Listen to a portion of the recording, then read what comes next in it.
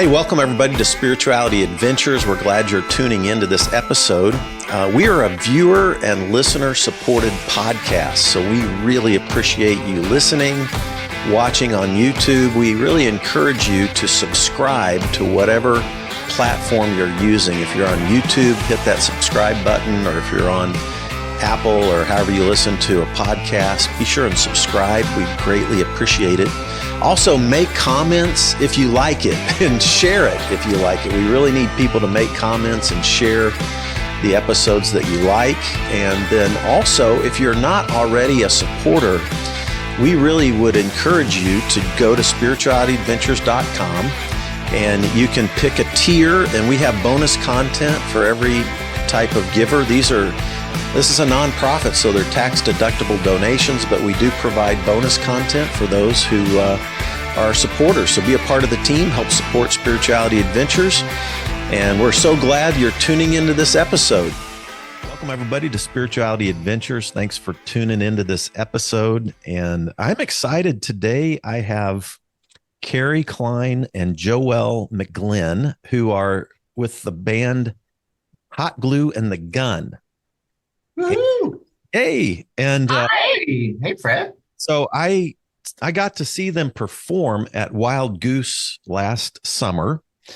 So many of my listeners, that was the second time I went to Wild Goose, and I'm trying to make it an annual visit now. So so you guys were amazing. And did you already know Rod Colburn when you were? No, we have meeting. since come to know Rod fairly well, and are very grateful for that. And that was our first time. Yeah. That was our first Goose. Yeah. Yes. Okay. We've been wanting to go for years, and the timing hadn't worked out, but last summer was the one. Second Wild Goose, and Brian McLaren had gotten me to go to the one before you were there. Okay. I loved it so much. And Rod Colburn's one of my board members on Spirituality Adventures. Oh, sweet. I was like, Rod, we got to get a little crew together to hit Wild Goose. And so ended up Samir and Nick, and I interviewed both Samir on this podcast as well as Nick Lapara with Let's Give It. Let's give it down. Yeah. So we were all sitting right in front of you at Wild Goose when you did at least one of your performances. I don't know how many you performed, but when you're in the bigger setting, and it was so fun.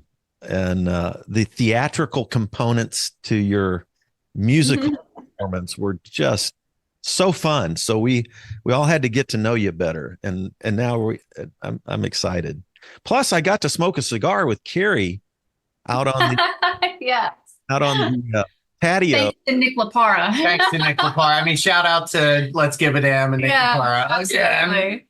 Nick provided the cigars, and we were, here I am sitting here with the Empire State Building, in the background. Mm-hmm. Pretty cool thing. So, yeah. Cool. All right. Yeah. So let's talk a little bit about your own backstory, your own origin story. Where did you grow up, and then how did you meet, and how did you get into music and theater? Yes. Okay. Yeah. So are we asking for Carrie and Joelle's backstories, or are we asking for like Hot Glue and the Gun's backstory? I want your individual story. Cool. Then I want the Hot Glue and the Gun. Then move me into. And we can move on into that. Yes. Okay. Yeah. I grew up suburbs of Chicago, and my family's still there. And I came to New York to go to school. So that's what brought me here. And I love New York City. I love this life, and I've stayed. So this has really become home. I've now been here, longer than not. But growing up, my parents were both from immigrant grandparents. Yeah, I guess so. So more like kind of German Catholic on that side, and Italian Catholic on mom's side. And then when my mom and dad got married, they decided they didn't want to raise me Catholic. So we just found a church that was in the Chicago suburbs, and they really got turned on by is it Bill what's Bill's last name? Bill Hybels out of Willow Creek in the Chicago suburbs. And so we started going, and then I was actually the one that kept them going because the youth program there was so dynamic that I just wanted to go every Sunday. My friends were there, singing was happening there. I liked the stories that were being Did that shared. connect to like music and theater for you at all at that time, or? I guess so, in a way, because of how much music was happening there. I was exposed to music outside of church. My parents were very much into theater. Like my mom grew up doing theater in high school, so musical theater was always something that we would go and do, and we would drive down to Chicago to go see whatever was playing at the time. And but seeing it so close and in church inspired me, I think, as a young person to want to be able to stand there behind the microphone and do that too. Yeah. Yeah. I grew up in a wildly unique experience for many people, right? My parents, my dad, since we're talking about some sort of origin story, my dad was raised Irish Catholic in the outskirts of Atlantic City, New Jersey. My mother was raised Jewish in Vineland, New Jersey, which is aptly named. And if you wonder where the Garden State is, if all you see is Newark, then yeah, that part. And they, this was in the 70s, and they sort of founded a communal kind of living, and they really they were into both the 700 Club and like Francis Schaeffer, and they were really into like we lived in community and we would take people in, and so I was completely surrounded by this panopticon of adults. And since we were homeschooled, my sister and myself, I didn't really get any kind of connection to other kids except when we would go sometimes to a local church on Sunday, or like my mom had friends who were single moms who would bring their broods over, and so like I had that. And didn't they begin a soup kitchen that's still alive? Yeah, they did. That was later, closer to like when we moved to Vineland when I was about 10 or 11, and then Spirit and Truth Ministries. Right, and then my mother died when I was 13, and she had sort of just gotten this soup kitchen going, and probably in no small part connected to her death, that sort of launched it to the point where there were, what was the thing that made us really happy about it was that there were like 5 different churches who did not speak to each other, except that they all joined the soup kitchen, and we would move from kitchen to kitchen and get them to collab because we could agree on feeding people is something that we all need to be doing. Right. And I still remember there was the Cumberland Players, this little like old, I think it had been like a rail station converted into a community theater, and they had a summer improv program. And my mom was like, there's got to be a way to get Joelle's hamminess a channel. So she signed me up for that program, and Awesome. It was the first time, other than like climbing a tree or running in the woods, that I felt like just joy, just joy. And then so she died when I was 13, and then I started public high school that fall, and getting into the theater was really gave me a center. Yeah. It gave me a center. Yeah. Cool. Yeah. So I interviewed Frank Schaeffer Oh yeah. Awesome. I've Yeah. been on his podcast as well. But were your parents kind of patterning this after Labrie, which was They Francis were. They were very much. Yeah. Switzerland, Yeah. right? Yeah.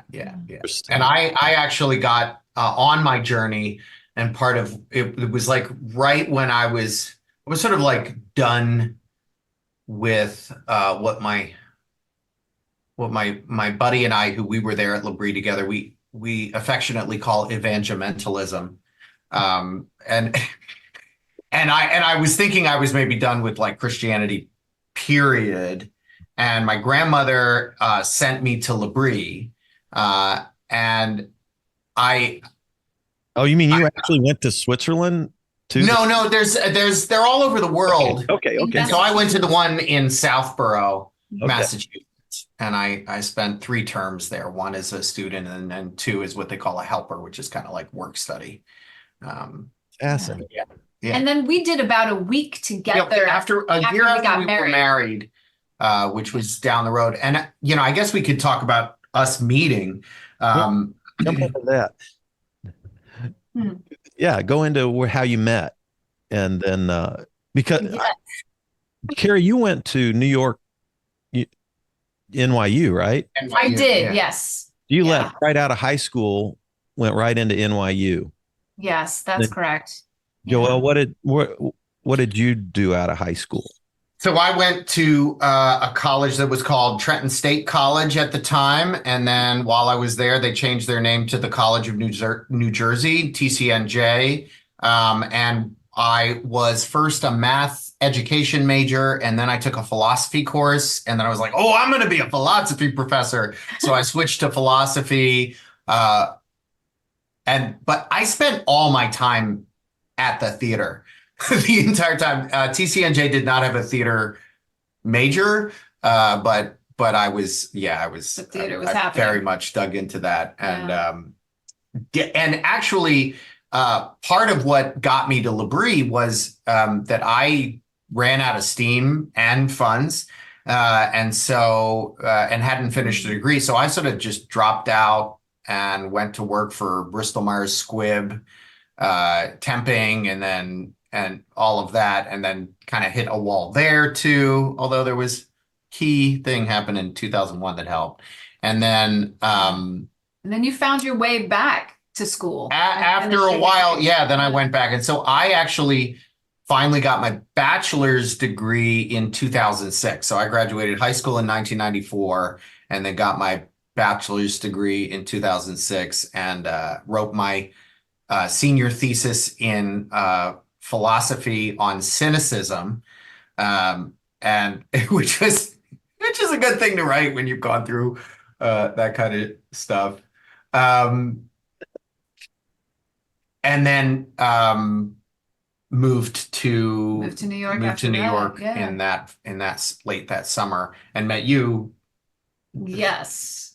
2 weeks. Because Because I needed a we job. ended up working at the same restaurant together, and I had been in New York already for a while, so I was already like a New Yorker. And here comes this guy from Jersey trying to tell me how to do things in this At restaurant. one restaurant of like 20 I had gone to that didn't care that I didn't have New York experience, even though I had definitely done That's fine true. It's a dining thing. before. Like you can't get a waiter, you can't be a bartender in New York unless you've been a bartender in New York, and this whole like catch-22. It's basically like Bill and Ted with Eddie Van Halen in the music Oh, video. right. Yeah, much better. Much better really- analogy. It's yours is great. I don't know. What do you mean better? I don't know. So So we met in this restaurant, and it's an Upper West Side like seafood joint by night and like brunchy Upper West Side brunch by weekend day. And nothing brings people together like slinging brunch in the trenches together. and folding napkins and talking shit about people, right? Like, Oh, really? Is that? No, I think it's I think it's slinging brunches. it's slinging brunch for sure. Yeah.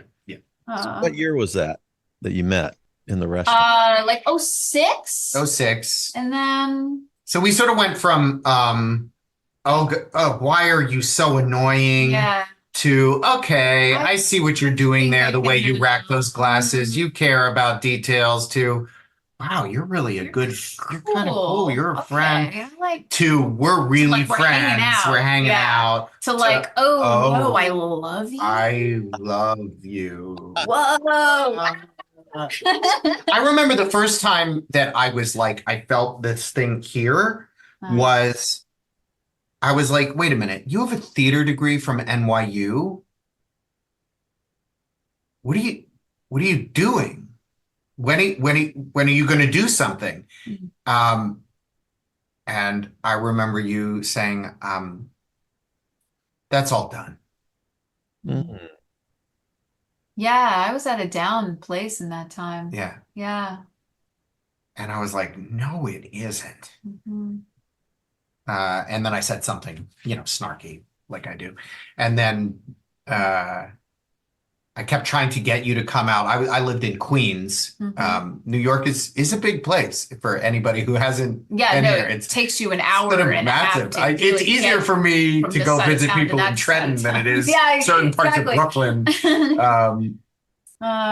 Yeah, so I'm like, no, I'm not. I I don't love go the to Washington Queens. Heights and Manhattan. I'm like, I am not going to Queens at night, late, like, and then how am I getting home? So no, Yeah. I did not join you Yeah. in the open mic adventuring, but I did eventually join you in the open mic adventuring. But like because- not until like after we were married, right? So this Yeah. is 2007. We started really hooking up or something. And then and we were inseparable, and we have been inseparable sort of since. Yeah.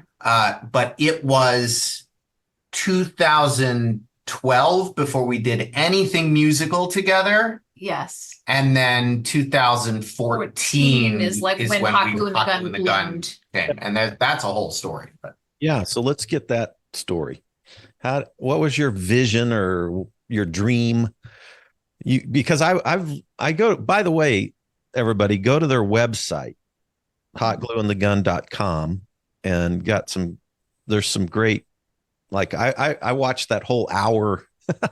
oh, cool! Wow. From our Gluey Zoomy era, and then a few of your, you had a couple of cool interviews that it was really fun, and your YouTube channel too. So everybody check that out. And but yeah, give us what your dream was for Hot Glue and the Gun.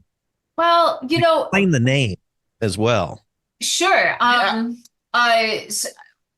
So Yeah, two questions at once. So the thing I was just going to say was that when we had met, we were both in a place of like not really doing much creatively. It was a time of like, working in New York City restaurant and like reflecting and figuring out who we were as individuals. work, And drink, get wasted, mess around with some other things, get back to work. that was sort of your journey. I was more in a place of like, just pay the rent, just pay off the student loan, just let's get through this. Let's get through this.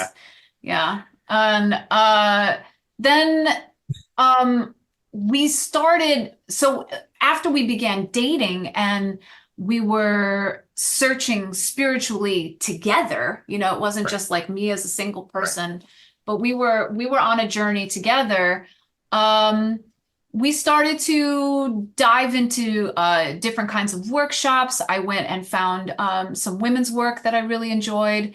And then together we found Shaking Medicine, which is Bradford Keeney.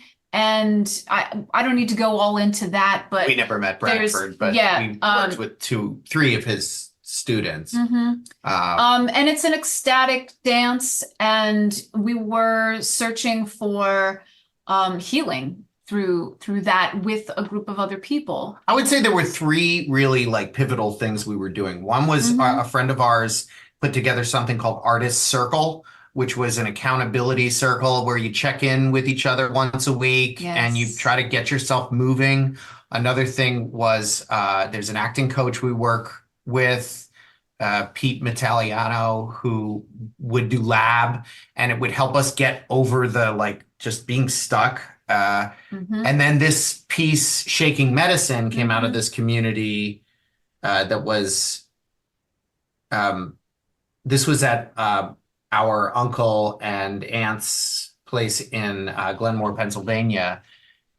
And And so the leadership there recognized that we were both hurt people from music and theater. Like they recognize that there's like music that's happening inside these people and that it's not coming out. So we were and presented with storytelling. a challenge Yeah. Music and for the storytelling. next meeting that was going to happen. You know, these weekends happen over like a Friday, Saturday, kind of like, you know, Wild Goose. And then Sunday morning is like prayer and go. I want to get to that in a second because Sure. first I want to talk about like how, you know, how it's like you wait so long to do this big spiritual step, Yeah. whatever it is, to get past that fear or that block and then to make a move. And then you're like, you want to take a moment and breathe, but then it goes. So that's kind of what happened, is like we hadn't done anything at all much. And then one of the facilitators was like, Joel, just strum some chords on guitar. All right, Carrie, sing something, anything. And improv. improv was like Yeah. a big, I remember you being like, I don't improv. It's not a thing Yeah. we do anymore. Ah. And then that happened and felt really, really good. And then that night, Andy comes up to us and he says, okay, so the next weekend is going to be in June. Mhm. And what you're going to do is on Thursday, you're going to have a concert for all of us. Yeah. Before the Friday, Saturday, Sunday. And so we had to dream up what that concert would be. Yeah. One of the things that they talk about in Shaking Medicine is that, like, from the belly, and this is a teaching that they got largely from the Bushmen in South Africa, which is that we are connected, all of us, from this, you can't see it, these ropes that connect you to me, to you, to all of us, and arguably all things. And Rope that from our bellies. rope from our bellies. Mhm. It's like And the so umbilical cord to connect us with all creation, all Yeah. all of things that exist. Yeah. Huh. Yes. So we were trying to come up with an idea for what the show would be that we would do that Thursday. And we were, jamming and whatever. And we saw these two construction workers digging and finding this hot glue gun and glue sticks and a canvas. And we were like, great. All of the people in the community will be able to glue together while we sing and tell stories. Yeah. Oh. So we invited the group to bring something of theirs, something personal, and something personal that they were willing to give up, something that they were willing to release And shameless plug, if anybody is going to the Wild Goose Festival this summer in 2024, bring something like that to the studio tent, because there will be an opportunity to get gluey glue with us. Cool. Yeah. It's like a community collage. Is that or not different? Is Yeah, it? I mean, the word Yes. we were given, we didn't know the word for it either, but somebody said it's assemblage art, which I like, mostly because it's got the word ass in it. And yeah. And this particular bit Our of background assemblage here- art that happened, this happened during 2020 when we did the Gluey Zoomy show, because we were all Be in person. inside and we were all on Zoom. And So we would have people mail.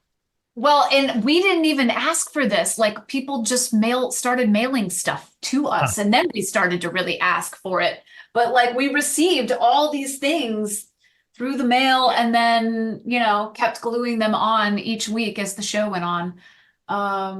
So Cool.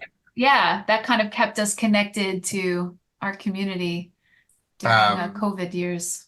And theologically, or that's not a word, we're very much interested in what happens when the idea of maybe it's koinonia, when somebody's story resonates with somebody else, because this is what happens in Shaking Medicine. And this actually happened in like work that I did, like when I was in, the thing that like got me out of that rut was really in 2001. I did this weekend with an organization called the Mankind Project. And what I learned there is that the piece of shadow work that I'm holding always shows up for somebody else in the circle. And if somebody's willing to be open and vulnerable and tell their story, other people get healed by it, and it encourages and it encourages. And if enough of that happens, it heats the container, the space, to a place where then like shit gets weird. Or shit gets hot. Like, and that's why we're called, that's why it's our motto is be the glue. Be the glue, and our job is to get it hot. Yeah. Right. Yeah. Heating up the glue. Yeah. It's interesting. Joelle heard a little of my story, and of course my audience knows that, but I went to rehab about 5 years ago for a Xanax and alcohol addiction. It was kind of a 2.5-year period.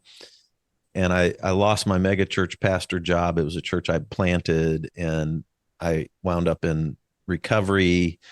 And it was such a dark space in my life. I literally just felt like an atheist and just literally questioned everything I'd ever believed, everything I'd ever taught, and really felt like an atheist. And then, but I got into, like the 12-step recovery world. And the thing that I just fell in love with was the honesty, the vulnerability, and the humility. And, I'm kind of going through the Sermon on the Mount right now, and I'm thinking about these core values that, like if we strut our successes and strut our egos, people might be impressed, or people might be jealous, or people might want to attack us. But when we genuinely share our vulnerabilities, there's just something like it. That's what I call the Spirit moving now, is when people share their honest selves in total vulnerability. That to me is some of the most special Spirit stuff that I experience in any kind of setting. It could be a meditation setting, or church, or whatever, but in music, theater. Wow, I love that. That is the glue. Yes, that's the glue. That's the glue. Thanks, Fred. Yeah. That's it. I love that. So you do such a great job communicating story through theatrical music. I want to use your terms rather than my terms, but on your cards, you have two things. One is intimate and interactive, and the other theater rock. Yeah. So I want you to dive into just some of those concepts that you're bringing through your music and through your theater. What are some of the dreams that, or some of the things that you want to have? Like the vulnerability piece is amazing, but you do such great storytelling. Give our listeners some of the sense of what you're going through when you do your theater performance. What is theater rock to you? What is intimate and active? Intimacy, we both really prefer theater that happens in the round, theater that happens in a black box, a smaller space, because we really like the breakdown of the fourth wall. So like there isn't really a wall between us and the audience. We want to be able to have, this rope that connects us in it, and to really have conversations throughout it. And for me, that kind of theater is so important, because each and every show will be completely different because the room is different. Right. So I really, like we pray that we're open and listening, and that the audience is open and listening, so that when we're all together, a That listening conversation happens. listening happens both ways. Yeah. And that's what we're going for. So we're pushing against presentation, right? And I think that it's not a mistake that the two of us were, in our maybe you call it the first mountain or the egoic self, right? Both of us were well trained on how to be very clear presenters, right? And we have a lot of strength. And so part of our work is, and how we access vulnerability is by sort of putting that on what we call the burning ground. And then we're able to, and that makes the theater rock. That makes the theater like actually rock. That makes the versus, oh, how cool that is. I'm so impressed. Rock should rock me. It should right. And so there to poke and yeah. prod and insult the meat. And then the same thing that in my not humble opinion at all, needs to be avoided at any cost. If what you're doing is rock and roll, and you're thinking about what's the perfect sound that needs to be happening, rather than what is the spirit that needs to be getting shaken loose in and among us, then I want you to take some theater classes. I want you to do some workshops, and I want you to really learn how to rock. Yeah. Jack Black style. I love Jack Black. It's like Tenacious D is the perfect forget Bowie, forget Prince, but Tenacious D. That's right. That really rocks. Nina Simone. That too. She would rock the room, right? And whatever kind of, she was doing a jazz composition, she was doing blues, she was doing classical, whatever it rocked. Simone, talk about Simone. Which Simone are you? Nina Simone. Oh, Nina. Yeah. Nina Simone. Yeah. I was listening to her. What is that song she does about the hanging tree? Oh my God. Whew. Yeah. Oh, yeah. And you got to be willing to and that's, lynching tree or something like that. I forgot the name of the song. What's the name of it? The Forbidden Fruit. No, you're thinking of Strange Fruit, which is a whole other. Well, Strange Fruit, right? But no, is it the lynching tree? No, and we're all of us are having a total brain fart that's really embarrassing. So that's embarrassing. Yeah, there's vulnerability for you. There's yeah. No, but it's deep work. Well, and that's that's the thing about intimate. When you say the word intimate, there's something that speaks to being quiet. But the thing is that and it's so transformational, which is why I'm so glad we were friends before we were lovers, because in all of my growing up, I was always trying to find a lover who would love me and make me the best version of myself, and I could be all of that stuff. But you saw, we got to see each other at our ugly sides, and then learn to love each other in that. Out of that. And that's intimacy. Intimacy is not seeing you on your best day. Right. Yeah. And friendship, deep friendship. Yeah. Deep. Do you? I don't want to jump, but do you want to hear a song? Yeah, I'd love to. And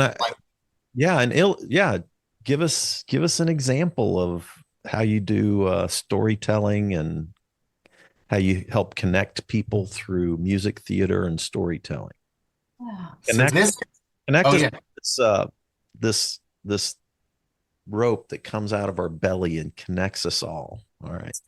I'm so scared that I The will fail. And I also know that we will fail, and that's okay. Yeah. Um, We're with. okay. So this is one of the first Oh, yeah. pieces we wrote together. There is not a recording of it released yet. And we'll just do it, and then we can.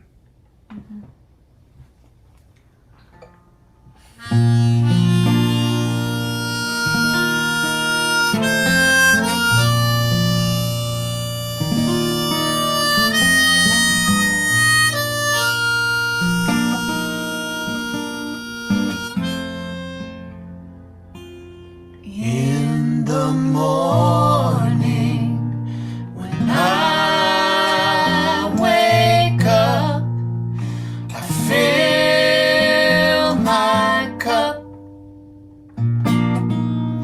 with longing for the sound of your holy silence. All around, I hear violence instead. When will you come back?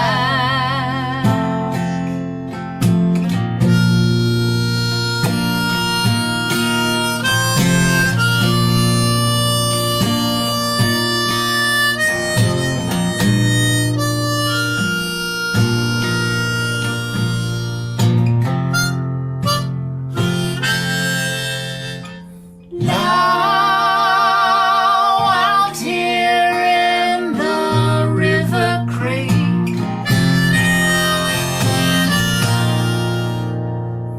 I hear your voice speak in a language that I can't understand. Still, I can't help but think somewhere I hear this better than the language of this land. So God is so in between the messages, waiting back. When will you come back? When will you come back? When will you come back?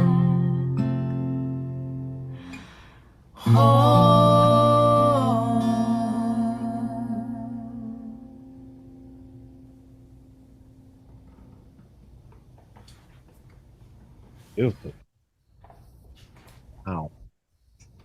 Thank you, Fred. Thanks, Fred. Oh, yeah.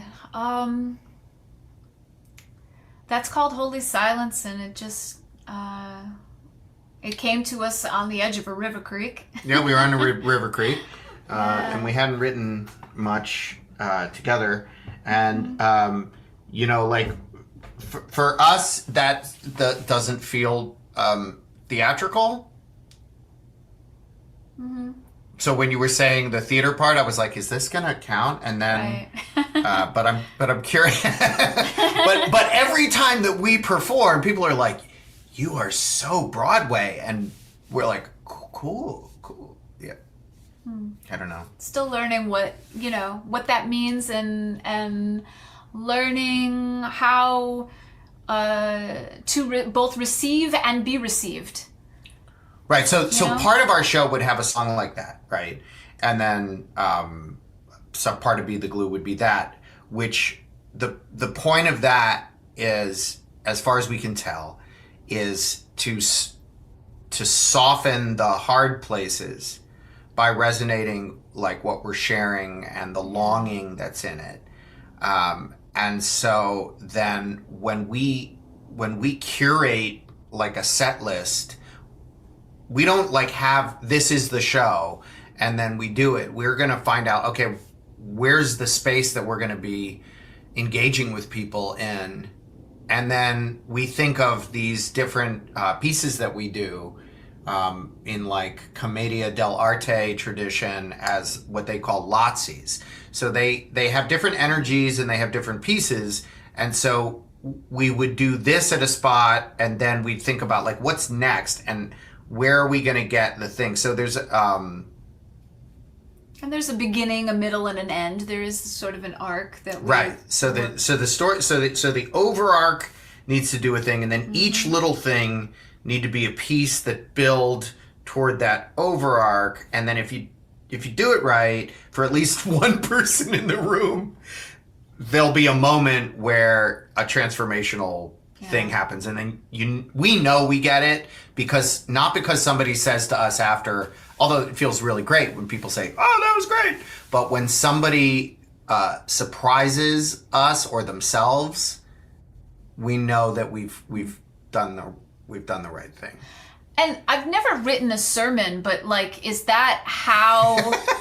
I mean, is there a is there Do you a want to go to connection? seminary? We could go to seminary Is and there then we a could like connection learn to stuff. like a sermon in that way of like, there's a beginning, a middle, and an end? I mean, you're really kind of communicating a story and the lessons in it, and yeah. Yeah, it's funny. I don't play any instruments, but I preached my first sermon when I was 16. Wow. Yeah. 3 now. And what I did along the way, I started, and Matt was on my creative team at the mega church that I started and pastored for years. And we had this creative team where we'd have a bunch of people and I'd bring the outline, but then we were trying to, figure out ways to communicate the essence of what I was going to be trying to communicate sort of as a monologue. But then we try to think about all the ways we could communicate that way visually, with video, with music, with, actions and Matt would, we'd find somebody who we could video a story and fit it into the message. And it was so much fun working with that creative team, a collaboration to communicate ideas. And so my point along the way, I found a book by this guy named Cleon who wrote, it's a little book called Steal Like an Artist. Artist. Austin Kleon is his name. Austin Kleon, Steal Like an Artist. When that came out and I read that, I bought stacks of it and just gave it to people because it was the first time I realized, oh, I'm creative. Like I never thought I was creative. Huh. And it was like all of a sudden, and like I'm attending a writer's workshop here in Kansas City now that meets regularly, and all of a sudden I realized that my, kind of like the heart of my calling and this new element of vulnerability. I don't know. Anyway, so yeah, I can. Beautiful. I think I can relate, but that's been kind of a new way for me to perceive myself as a creative artist through the medium in which whether it's speaking or bringing together other elements to communicate what I want to communicate that aren't just speaking elements, right? So I'm trying to grow in that myself and open that part of me up and be more creative. And so I'm trying to get myself around creative people. And by the way, we can get you to Kansas City because one of my close friends calls himself the world's tallest harpist. He's a gay black man who grew up in the white evangelical church here in Kansas City, trying to pray the gay away, gave up, came out. He's been voted by Pitch Magazine, which is our #1 sort of culture and arts thing here in Kansas City, as the best musician in Kansas City 6 years in a row. Yes. Took over this place called Greenwood Social Hall, and he curates it, and he's trying to feature artists from the margins and from people, the queer community or the African American community, the Latino community, different communities that have been marginalized, and really trying to profile that. And we're wanting to bring in, we're close. I was just at his place Saturday night for his 34th birthday, and he did like a costume party, and it's a place that it's built for 30 to 50 people.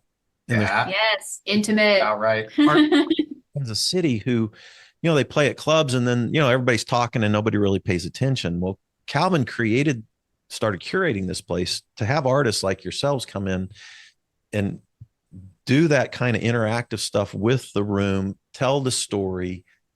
You bring your favorite foods, or I was there with a cellist from Turkey who brought her favorite drinks from Turkey.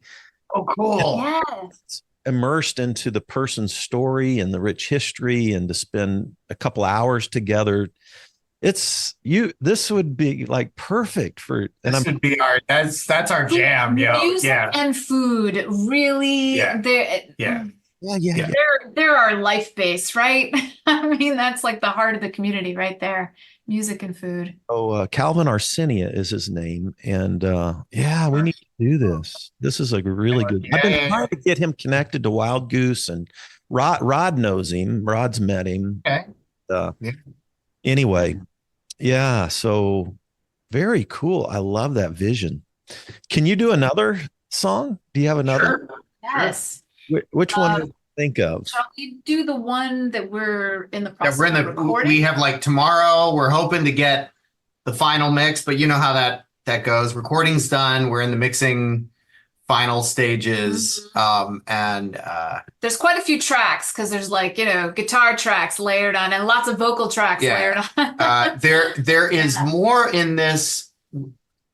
We're shout out to one of our favorite bands, who is a couple who write and sing together, called Over the Rhine. If you've never heard of them, do yourself a treat and find them and listen to them. They have a whole catalog.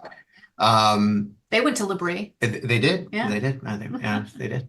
It's a way station, I think. At least it was for me. Because it was like, well, okay, we think what we think, but let's have a conversation, and that could be really helpful. They say, when you're writing a song, you want to have something on this level that's accessible, and then this level for people who want to dig deeper, and then this level that you don't even get. That's what you're going for. I don't know if you're going to get it every time. Yeah. And so you mentioned queer identity. I was able to sort of pass and get along and never have to like pray the gay away. I identify as queer and non-binary, and I could pretend to be a straight man by honoring certain parts of myself, but not others, for a long time. And so that's in this song as well. But this song is. Yeah, but it does really talk about our binariness as humans, and our binariness politically, and So this is about polarity. It's about polarity. Yeah. And what that tends to serve. Yeah. Yeah. Called Fallen.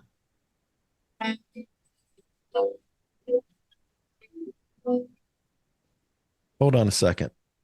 You know what? We forgot to do the we're thing. gonna do the thing where we turn on the. We turn on original sound. Here See, we this go. is that part where now you all know it's live. How's that? We hear it Thank now, you for right? that. Thanks, Fred.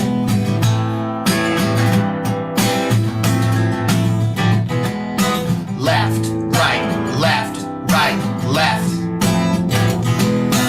Right, left, right, left, right. Left, Fallen, right, fallen. left, right, Everybody fall in line. left, right, Fallen, fallen. right, left, right. Everybody fall in line. Fallen, fallen. Everybody fall in line. Fallen, fallen. Everybody falling. Everybody fall in line. Well, I logged on this On a morning. daily grind, can't sell you my soul. You can have my mind when all the screens stop tapping in this grand design. Anesthetize the Got no teacher. child Left, left right, left, right, left. Everybody falling.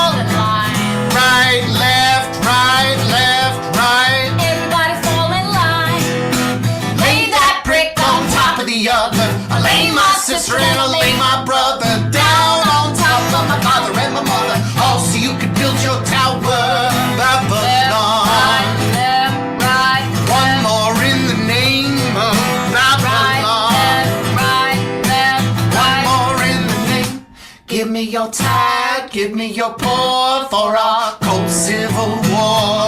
Give me your tide, give me your pour for our cold civil war. Selling your legacy for less than it's worth. Don't you know everybody needs a little cash in their purse? Integrity is standing on the line. Hey, sister. Hey brother, can you spare a dime? Left, right, everybody fall in line. Right, left, everybody fall in line. Everybody fall in, everybody fall in, everybody fall in line. Give me your time, give me your pour for a cold civil war. Lay that brick on top of the other. Lay my sister and lay my brother down on top of my father and my mother. All so you can build your tower. Left, right, left. My sister and lay my brother down on top of my father and my mother. All so you can build your tower.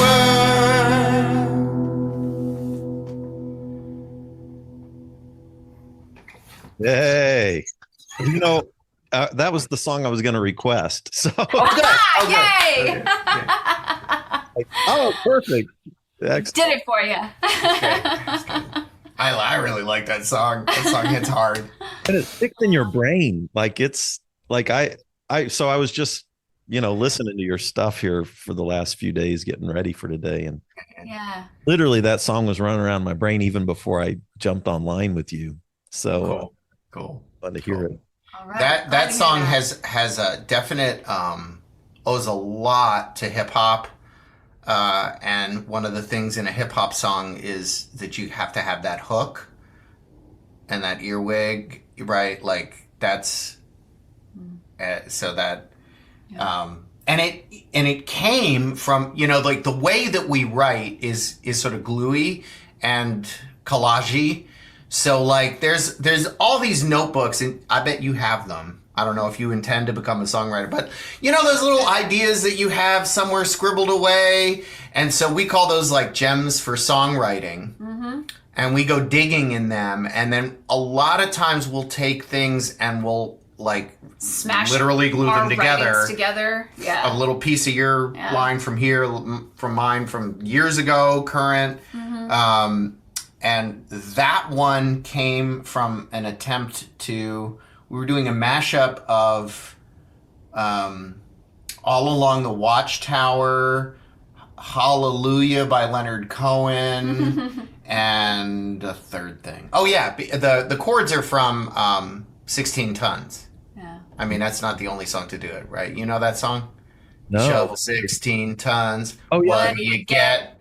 Another day older and deeper in debt. Yeah. Mm-hmm. Yeah. Yeah. So that was, Talking to St. Yeah. Peter. yeah. Yeah. Wow, good stuff. Unpack for us that song that you just did on Right Left, and you talked Yeah. about clarity and conformity. Uh-huh. Mm-hmm.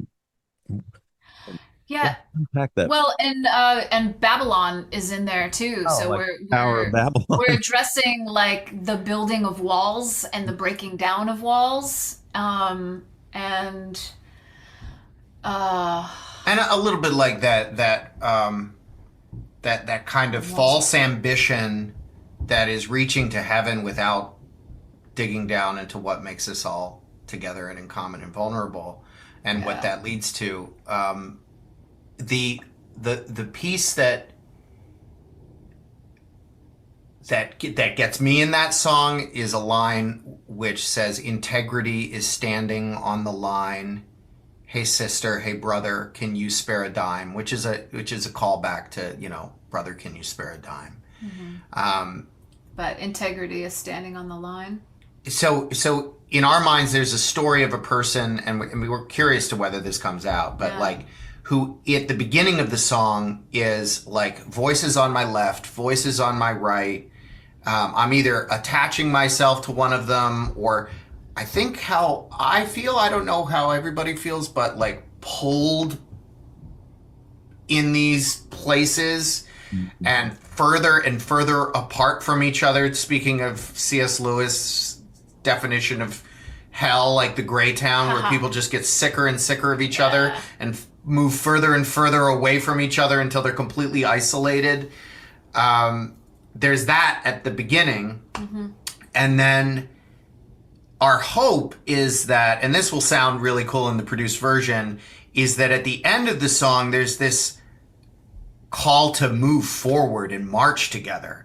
That the left, right, left, which was boxing us in away from each other, is a call. Is to actually come now together. we're marching together in not a common cause, but unless the common cause is to march together. I mean, I'm not against common causes, but that's a little bit about it. Powerful.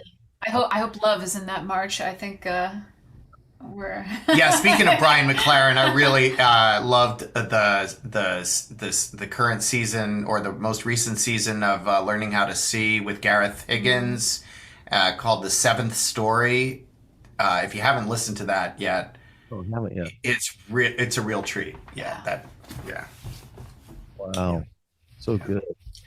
I was thinking I have really close Palestinian friends. I've been in the West Bank and all over. I have friends from Gaza, and then I have Israeli friends, and I'm very close to the Jewish Community Center here in Kansas City, and Palestinian friends here in Kansas City, and just the hatred and the trauma and the generational trauma, and I just say, retaliation, revenge, violence never heals violence. And if you got an Israeli and a Palestinian to sit down and share their trauma open and honestly, and with each other, to hear that trauma, all of a sudden two human beings who hate maybe generationally each other can find new ground if we open up about our trauma. I think we have to move through the trauma to connect, or move through the brokenness, or move through the vulnerability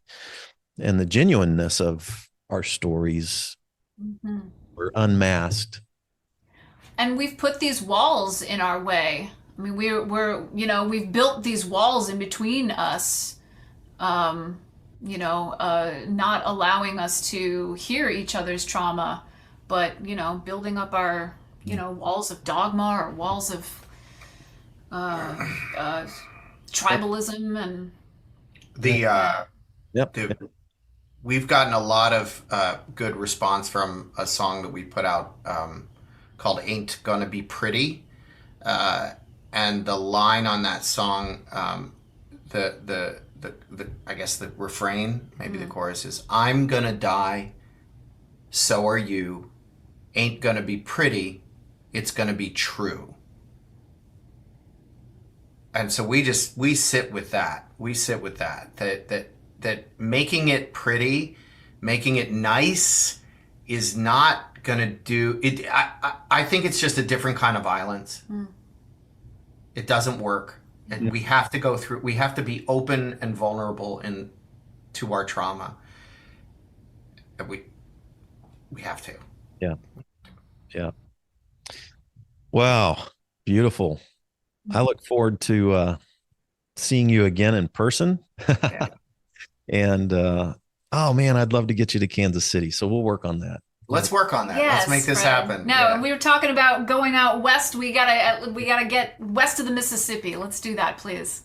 Yeah. So Kansas City's kind of got some fun history, because it was the sort of the furthest place west as America was moving west, and so they say often St. Louis is the end of the East, and Kansas City's the beginning of the West. At least that's what they say here in the middle. Cool. So, West is a big place. Yeah, it is. Big. It is. Go ahead. Just a quick question, just in the spirit of the bonus thing, that behind you,